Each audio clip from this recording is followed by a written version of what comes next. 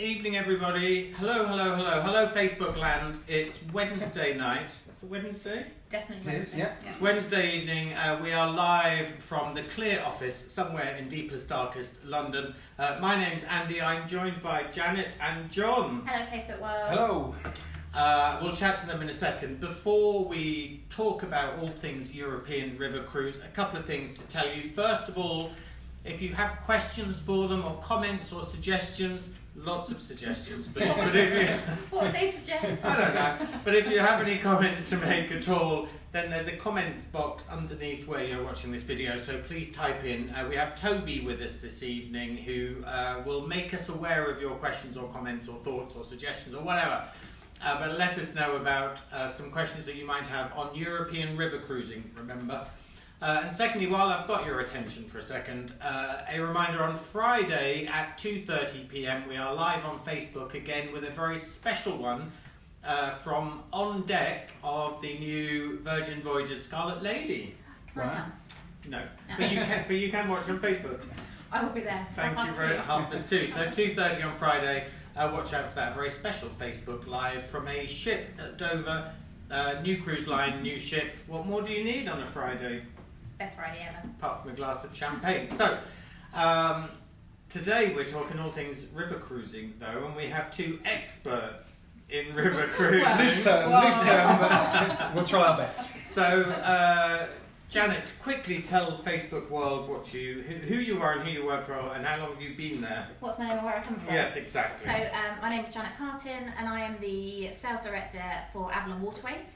And I've been there for just over 3.5 years now, so still relatively new to the world of river That's quite a cruising. long time, though. Do you think so? Yeah. Oh. I suppose it's probably one of my longest jobs. You are. I'm glad you said it. And John? Hi all, I'm John Fair. I'm the UK Sales Director for CroisiEurope. I've been with the company 2 years, but I've been working in the river cruise world for probably about 8, having worked at Cosmos previously where they had a river cruise program. Well, who knew that? I knew that. We talk a fair amount about river cruising at CLIA and at our events, and indeed we have our own river events. How much has it changed, certainly over the last 3.5 years, but for you as well for that longer period? How much has it changed, and how much has it become kind of a mainstream holiday choice? I think the main way it's changed is the growth that we've seen on all rivers throughout Europe. Plenty of capacity being built, new companies entering the market. And it's definitely a growth area, and there aren't many of those in the travel industry at the moment. So we're seeing good growth and capacity, demand's outstripping capacity. So it's a very good place to be at the moment. I think one of the CLIA numbers, and forgive me if I get this wrong, No, it's going to don't be really do bad if I get it wrong. But isn't it river cruising is seeing double-digit growth continuously? Is that Sure, right? that'll do. I'm sure that's right. No, It is right. It's seeing double-digit growth, and I think one of the main reasons for that is river cruising is still quite in its infancy compared to ocean cruising, and a third of all river cruise ships are actually under 10 years old. So the hardware is really contemporary. It's really modern. It's really, it's sort of high-end spec. Yeah. And I think that actually does help in terms of the growth of river cruise, because people are actually experiencing new ships all the time. Yeah. And you have a fairly newish fleet, and very modern styling. Yeah. You have a bit of a mixture still, or have you now gone through a modernisation We're program? slowly going through modernisation. We are Europe's largest river cruise line. We have over 60 ships. Really? It's like get that one in. We have over 60 ships, 56 ships at the moment, more to come later on this year. So, and that's across the world. But so we are growing. So you're quite right. So we have a mixture of some of the older standard ships and then the newer premium ships. But we are moving and changing quite a few of the standard ships to premium. So we're trying slowly modernising the fleet as we go. Now, is the conversation with new travel agents particularly the same? Is it about how your brands are different, or is it about this is why you need to sell river cruise because you don't sell much river cruise? Which conversations do you generally have? I think it's a blend of them both. Yeah. And that's where the challenge lies. I think, there is still a challenge in that travel agents aren't really clear about the differences between all of the river cruise brands. and that comes down to river cruise lines and how we market ourselves. We need to do a better job, I think, in terms of how we differentiate ourselves. So, we all sail along the same rivers, most of us are the same size, the same length, because they need to be for the locks, and the onboard elements are roughly quite similar. So we need to do more about talking about what our key USPs are. So I think that's one of the challenges that we face and how we try and work with travel agents. What was the other part of the question? So do people understand what a river cruise is like? And I think so. Again, I think people are aware of what a river cruise is, but I don't think they understand the deep detail behind it. So what you would do on board, and the types of activities and excursions that there are, and the fact that your sailing is different to ocean cruise, and that you do a lot of your sailing, you do sort of shorter spurts of sailing rather than sort of like sea days, which just don't exist. You do a lot of the sailing through the night, so you have more time in shore or on shore.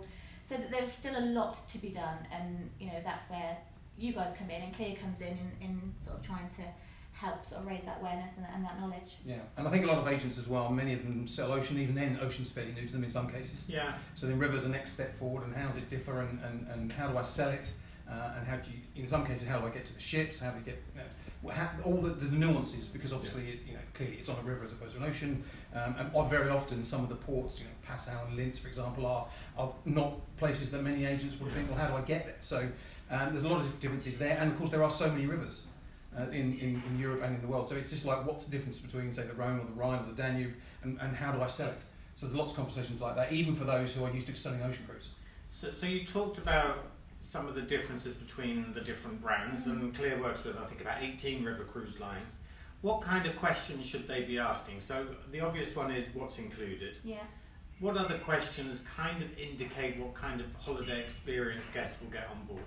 So I think what's included is obviously a really big one, because the price is front loaded with river cruise. So you tend to find that the cost for a river cruise is higher than some other forms of cruising, because there's so much included. So that's one of the big sort of points. Bits.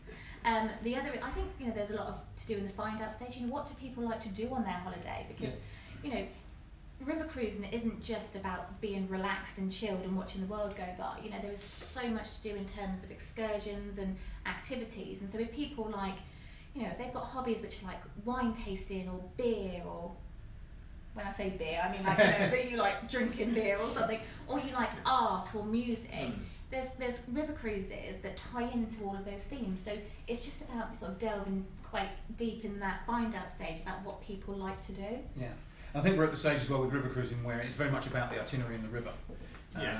There are undoubtedly in the ocean world people who are celebrity fans or they're P&O fans. Right. I'm not saying there aren't people in the river who do Avalon all the time or Avalon or CroisiEurope all the time, but in general principle, they probably want to they want to sail the Rhine, and so the Rhine's the first choice, and what do they want to do on the Rhine, because there's many places you can go to, Right. and then so they do those first, and then you're absolutely right, then it's, do you want bikes on the board, do you want wine tasting cruise, you want classical music, so there's a lot of filters to work through to get, and on top of that, of course, there's what people's budget is, on just as the last point, to match the right cruise to the right customer.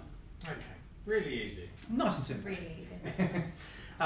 So let's start with some of those points then. So the first one that we often get asked is around those embarkation, debarkation ports, because they're not often ports, they're often places or towns or cities somewhere in Europe. So how do guests get there? So is that something that the cruise lines can help with, or is it something that they need to find themselves? So I think most of the cruise lines, especially the river cruise lines, operate fly cruise options. So often many have cruise only options, but again the flight inclusive packages are readily available.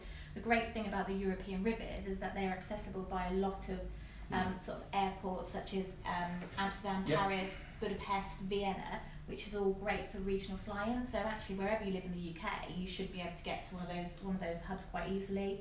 Great for guests that don't want to fly. Yeah. So Eurostar options. Do you get some of that? I know that's something we talk about quite a lot, but it is. Yeah.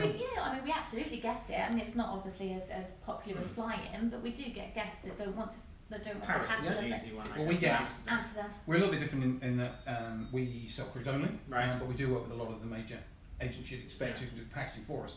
And some of our biggest sellers do exactly that for us. But we get some people who buy the cruise with us and then drive down, and we divide parking. So there's all sorts of options. You can drive down, train down, a lot of growth at the moment, particularly on the French rivers for train travel.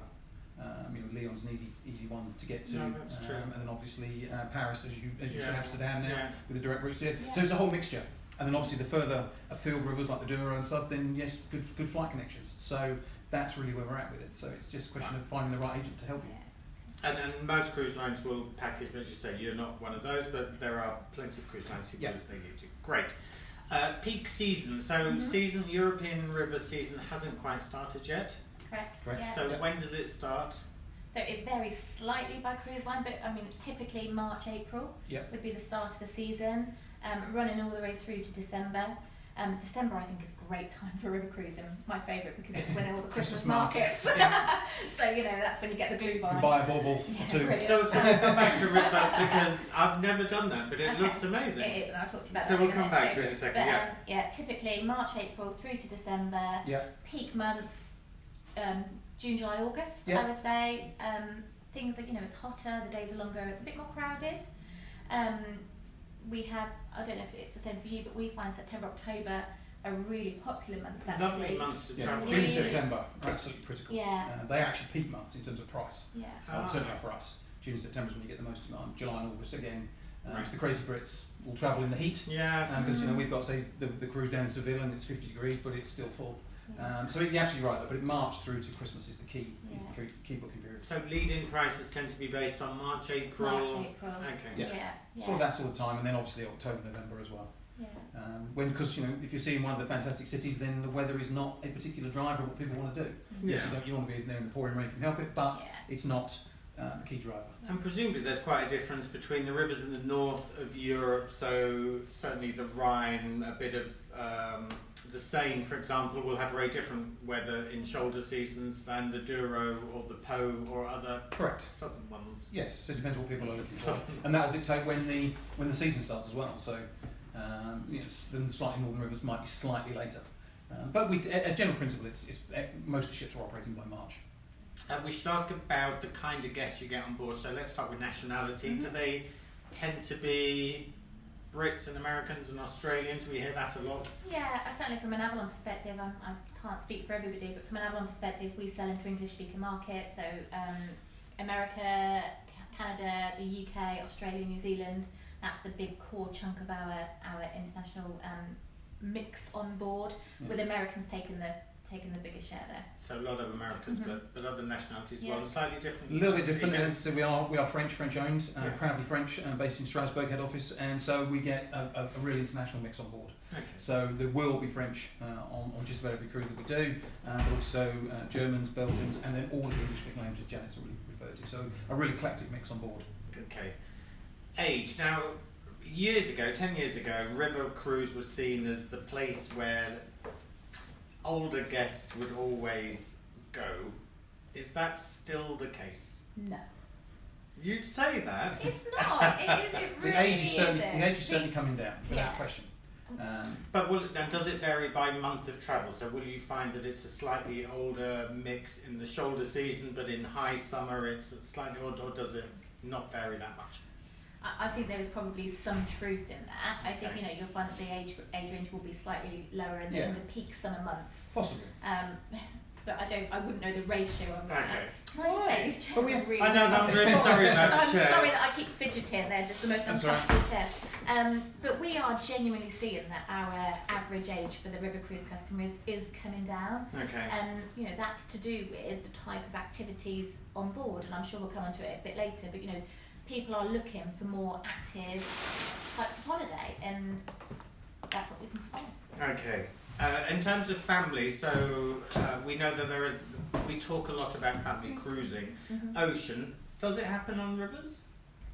Bits of it? Bits of it. Yeah, there are some river cruise lines out there that do cater for children and that do have kids facilities. I mean, from an Avalon perspective, we're not necessarily geared to children. I don't know. We have in the July and August period, we have some family cruises, particularly down in Spain and Italy, on Bordeaux, where we do have a programme for children on board, but it's not a major part of what we do, it has to be said. But from a kid's perspective, a really educational way to see Europe. Yeah, oh, absolutely. Yeah, well, I've taken my kids, they were teenagers, and I've taken them, dragged them, taken them, whatever way you look at it, on river cruises, and they've loved it. Yeah. They absolutely have loved it. So as long as there's Wi-Fi on board, which there is, yes. They enjoy the cruise. So we're good. Okay. Great. Should we point out that if the people wonder why the door keeps going, it's because the cleaner keeps coming. Yeah. one of the joys of filming at 7 p.m. And doing a Facebook Live at 7 p.m. means that actually, whilst the office is clearly largely empty, we have there's lots going on. So apologies if that's disruptive to you. And actually, I've got really hot. It's really warm in here as well. Apart from that, we're all fine. We've had a question from Lydia, a great point, because we're going to move on to that, and that's around whether there's an easy way to summarise the main differences between rivers. So, which leads us neatly on to talking about the main rivers. So we'll go through sort of 3 or 4 of them, and then I think what we'd like to do at the end of each one is talk about, see if we can summarise it in an easy to remember sentence. That people can remember. You can do that there. Why, really? No, No. Okay, we'll start with the Rhine then. Everyone has heard of it at least. Yeah. So the Rhine starts up in Netherlands, up in Amsterdam, and flows all the way down. Tell us about the Rhine. Oh no, ladies first. Is that alright? I actually know quite a lot about this one. You've been on the Rhine. I've been on the Rhine quite a few times. Good, ladies first. So the Rhine typically starts in either Amsterdam or Basel. Yeah. Or vice versa. Yep. It's quite iconic in terms of the cities that you would visit. So there's Cologne into the mix there. Obviously Amsterdam is a real key point. The Rhine Gorge, which is the big sort of pull factor for the Rhine River cruises, is a UNESCO heritage site, and that's a beautiful piece of the river where you sort of go around and it's just filled. The riverbanks are just filled with sort of you can only describe it as fairy tale castles really, and you sort of look and you think you're in some sort of like, you know, Disney movie with these beautiful castles all across the riverbanks, beautiful vineyards, cafes dotted all along the riverbanks. Yeah. It's a really beautiful part of the river, and of course, you know, going into Amsterdam's great for all of like the, you know, certainly those March-April sailings that we spoke about earlier on. You've got like the tulips and the bulb fields. The bulb fields, which is another great selling point as well. But the Rhine it's I don't know about you guys, it's actually one of our leading prices as well. Okay. So it commands some of the cheaper fares for river cruise as well. So that's why it tends to be quite popular. I think the Danube and then the Rhine are the most popular cruises in general for river. Yes. They tend to be the rivers. First-time river cruisers tend to head to the Rhine and Danube just because they heard it. And all I'd add about the Rhine is you're absolutely right. Amsterdam Basel is the most popular route. Some people don't want to do the top end of the Rhine, and Amsterdam Cologne bit's quite industrial, although it's fantastic to watch the sheer size of the ships that go along that river. It's enormous. But we do quite a few cruises from Strasbourg, which means you cut out the northern part and then you do all the chocolate box towns and castles. Strasbourg, which again is a great one for the train. Yeah. So there's different ways to do it, but Janet's just... And I know some people start in Cologne, for example, rather than starting in Amsterdam as well. Yeah. So let's summarise the Rhine in a sentence or two. Oh, okay. Fairy tale chocolate box. Brilliant. Well done. There we go. You can tell this isn't rehearsed, can't you? and a great a great one for first timers. Absolutely. Yeah. So we'll stick with that. We're happy with that. Let's move on to the Danube then, and we'll do the Danube as the Danube. So I know that you can combine Rhine and Danube, but let's do the Danube as a standalone river. John, why don't you take Danube? I'm just going to ask Toby here. The key thing, I suppose, with the Danube is the cities that it covers, and in many ways it's a city break tour in many ways, because most people will do Vienna, Budapest with Bratislava, but you can go down as far as Belgrade and Bucharest. So there's 5 major European capitals on one river, as well as places like Linz and Melgabi. So it's not as picturesque. The river itself is not as picturesque as the Rhine, the southern part of the Rhine. But most people go there because they want to see the cities. And it's very important for agents to sell it like that. The Danube is like that. What's growing in popularity, I know Avalon do it, we certainly do it, is right the way down to the Black Sea. Through the Danube. And the Rhine Gorge, and right the way down to the Black Sea. one of the fastest growing in popularity in the UK. And unlike the Rhine, it's longer than a 7-night voyage. That is, yes, that one. I think the great selling point with the Danube, to your point, is that you can sell it as a consecutive city break holiday. Yeah. You know, if you're doing Budapest, I don't know what the average cost of a 2-night, 3-night stay to Budapest is. Add in Vienna. Correct. You know, you're almost there with your 7-night cruise actually. And you're unpacking only once. Absolutely. Yes. And actually, Vienna is one of those cities that I'd never been to before until last summer. It's a beautiful city. Yes, it is. And one of those great iconic cities that not many people would go to as a city break, but great on a river. And Budapest again, similar with the two sides of the river. Again, it's just one of those places people want to go to. Probably haven't thought about a city break there. You can do it. You can do it with Vienna and Bratislava, and you can do anything from 4 nights to right the way down to Romania, which is probably 11, 12 nights. So whichever you want to do. I think the great thing about the Danube as well, if you've got guests and customers that are actually interested in music, the Danube is a brilliant option for them. You know, the classical music and shows in Vienna are just a real pull. And where are the horses? We talked about that earlier today, didn't we? Yeah, that was my horse impression. Thank you. But you're right, Vienna is really a musical city. Actually, all the statues and the concert halls and everything. And one thing we haven't touched on, Danube again is great for things like cruise and stay. So things like going to Salzburg for a few days and then on to Vienna. So it doesn't just have to be about being on the river. You can combine city famous points like Salzburg with that, and a lot of agents do that for the customers. You can do your Julie Andrews, the whole thing, yes. I've never done that. I'm looking forward to that. So Danube we can probably refer to as the place where really those cities are the main reasons people do the Danube. And then presumably you get people who do the Rhine and Danube as one holiday, because you can start at the top and you can work all the way down. Yes, you can. You can do combined. And that's obviously a longer voice. Yes. Lovely. All right. Thank you for clearing that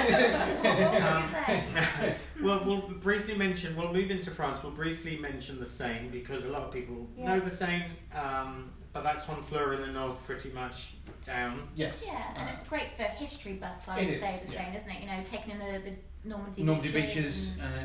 So for those who don't know, so Honfleur is that beautiful town, I guess it is, rather than a city, in the north of France. Beautiful harbour. So it's beautiful harbour. If they don't know the name, once they see the picture of the harbour, they'll probably have recognised it. And from there, you can travel to the Normandy beaches, about 45 minutes to an hour, I think. And then it comes all the way down to Paris. Correct.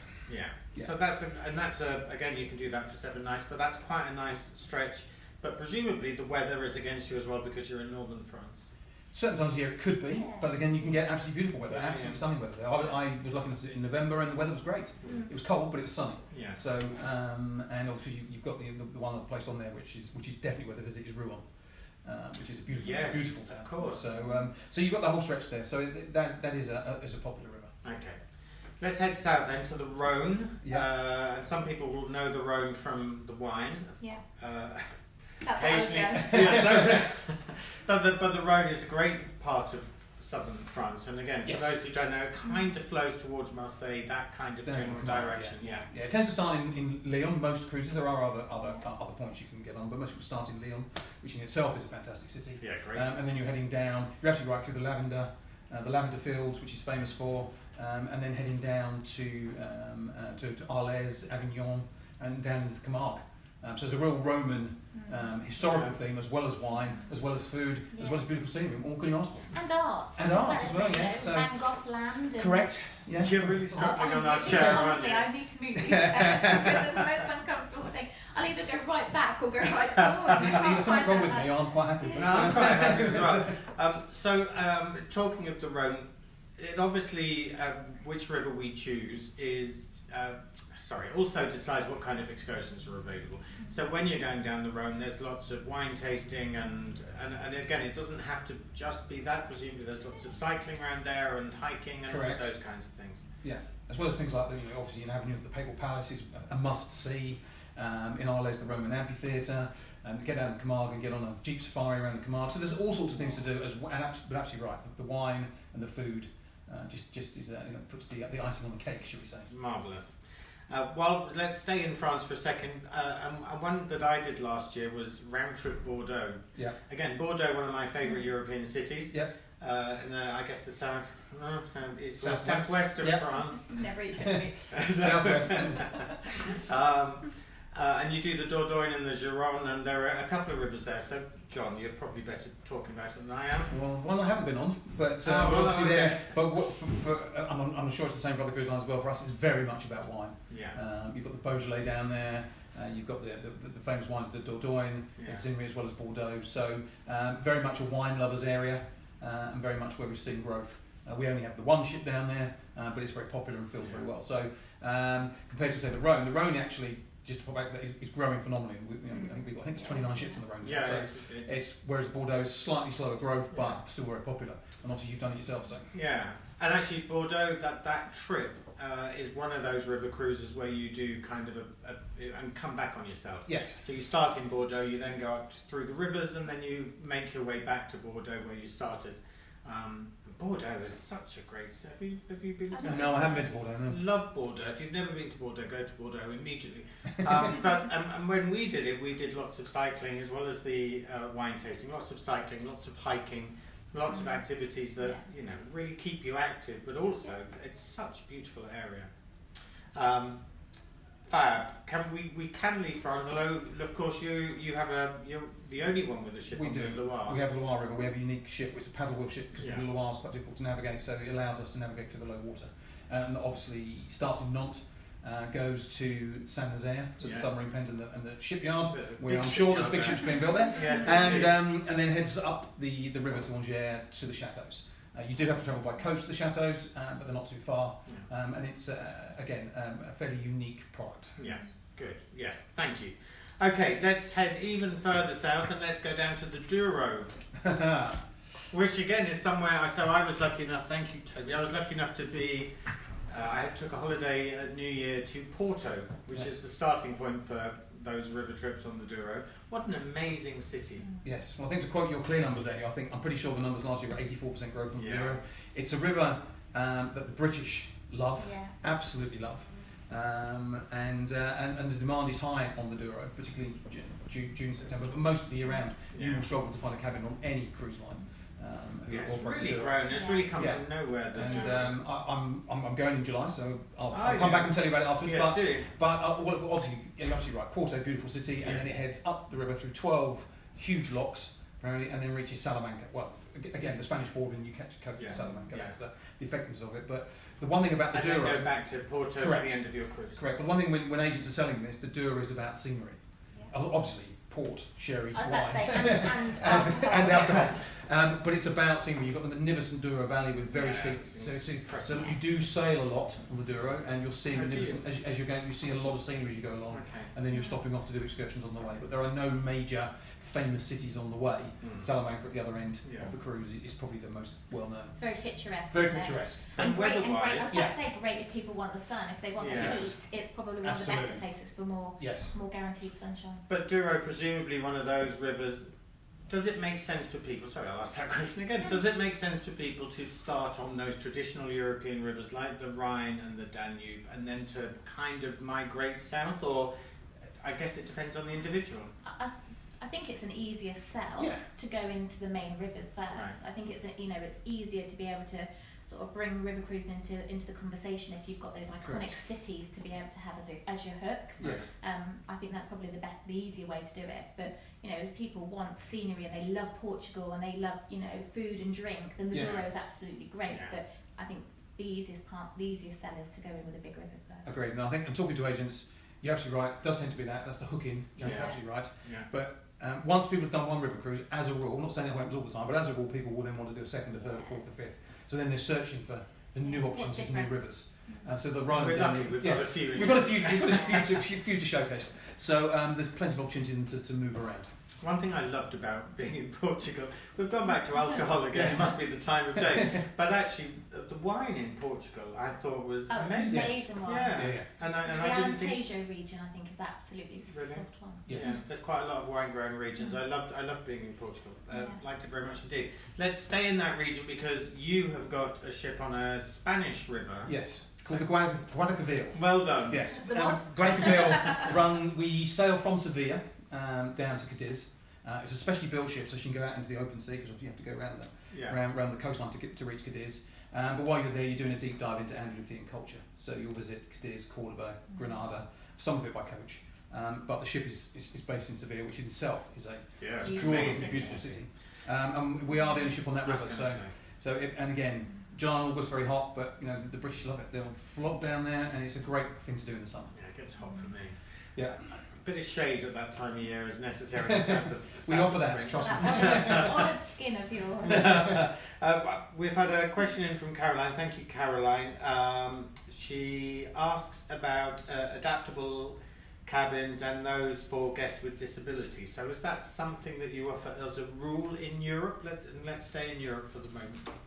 So I think with adaptable cabins it is a challenge on river cruise ships, and it is something that I think river cruise lines are working on. I know that we've got lifts on our ships, which does help to get from one deck to another. The biggest challenge that river cruise lines have is when you dock.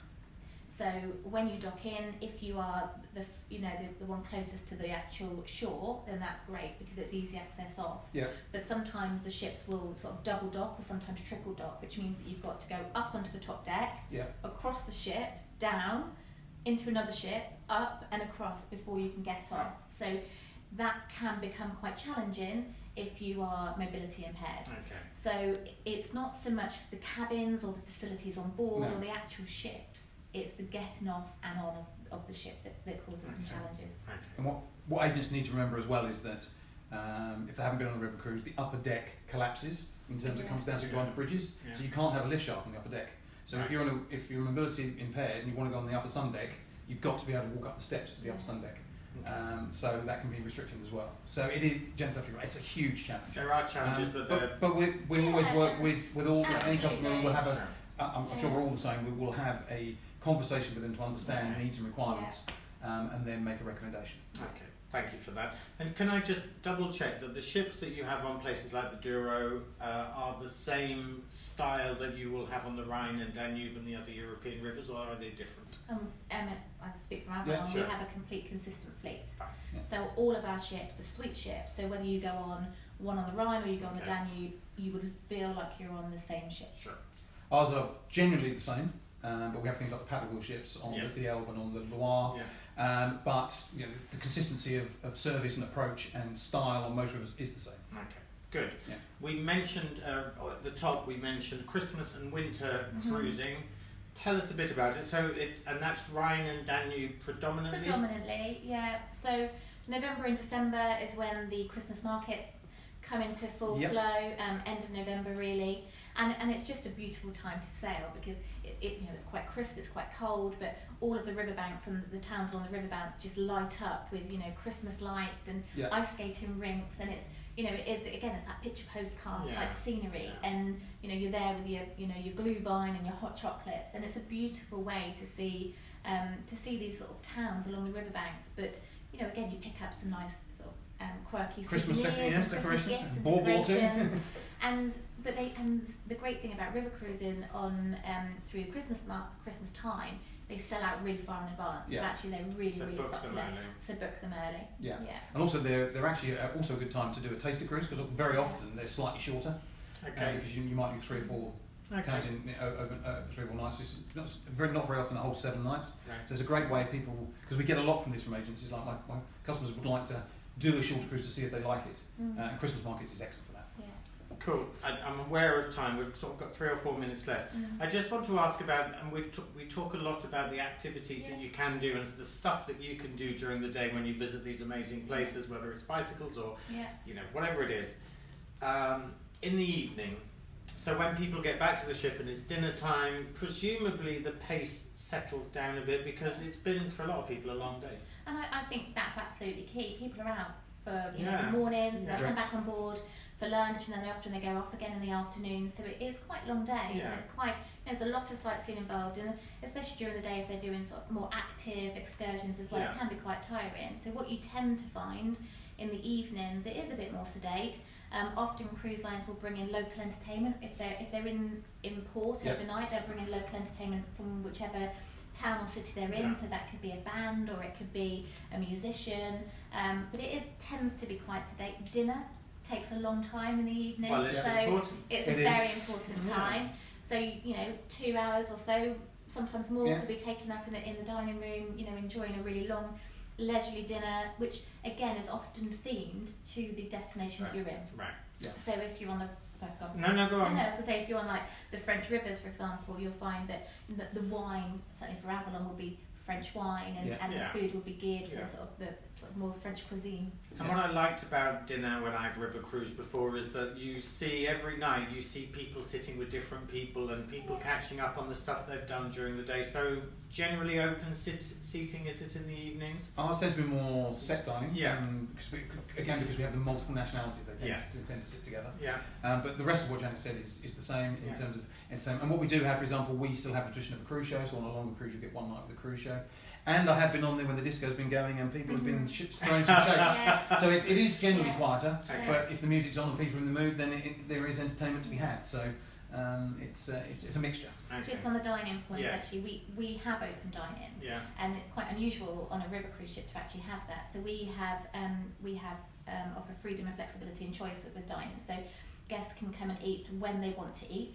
So we have a period of time where they can come along and they can eat with a table of 4, 6 or 8, or they can eat in a 2 or whatever. But also they can eat where they want. So they can eat in their stateroom, they can eat in our bistro, or even on the top deck. So there's complete flexibility in the evening. And I think it's fairly universal across river cruise that breakfast tends to be a buffet style, lunch tends to be a bit of a combination, but mainly buffet style as well, and then dinner tend to be weighted service. Yes. Again, depends on with us because we've got so many ships. It depends on the ship. Okay. But general principle, particularly on the newer ships, mixture of buffet and waiter at lunchtime. Always a waiter in the evening. Always buffet at breakfast. Okay. Yeah, and buffet for breakfast, but also the choice of weighted served food as well, and then lunch, breakfast, but again with buffet. But again, there's options where people can order off the menu as well. Perfect. Now you mentioned that you had to book early for Christmas and New Year cruising. So the best time is this time of year, is it, to book Christmas for this year, or are we still already a bit late? Yeah, I would have gone probably a couple of months ago. Okay. Yeah. And then are we, because with ocean cruise you tend to see a pattern of how long before the cruise that people tend to book. So for river, is that the same? So would people be booking now for summer this year and also for next year? So I think most river cruise lines will start to be on sale sort of around about now for 2021 and for the following year. So right now we're sort of in real heartland for 2020 summer. Yeah. Okay. I don't know if it's the same for you. It is. I think it depends on also, like, if you want June, September Douro for 21, book now. Okay. Because the cabins will be gone. Yeah. So it depends on the river, and that's something the agents need to pick up on, is to when to sell the right rivers to the right customers. Whereas some of the other more so the rivers with the Rhine's got the Rhine's got the M25's got loads of ships on it. There might be capacity to have at a later date. Okay. Perfect. If you want to know more about river cruising, of course, the Cruise Experts website, the CLIA website, is available. I should tell you that on the 10th, 11th and 12th of March, we are coming to a city near you, as long as you live near Manchester, Birmingham and Newcastle. So we are on the road for 3 nights. That's the 10th, 11th and 12th of March, and we are in Manchester, Newcastle and Birmingham in that order, and you can book through cruiseexperts.org. But thank you for the questions we've had. Thank you for watching. Thank you, Janet and John. Yeah. They wrote books about it. They do write books about it. But thank you for watching. Don't forget, we'll be back live on Friday at 2:30 on board Scarlet Lady. But from all of us here, thank you for watching. We'll see you soon. Thank you very much. Bye-bye.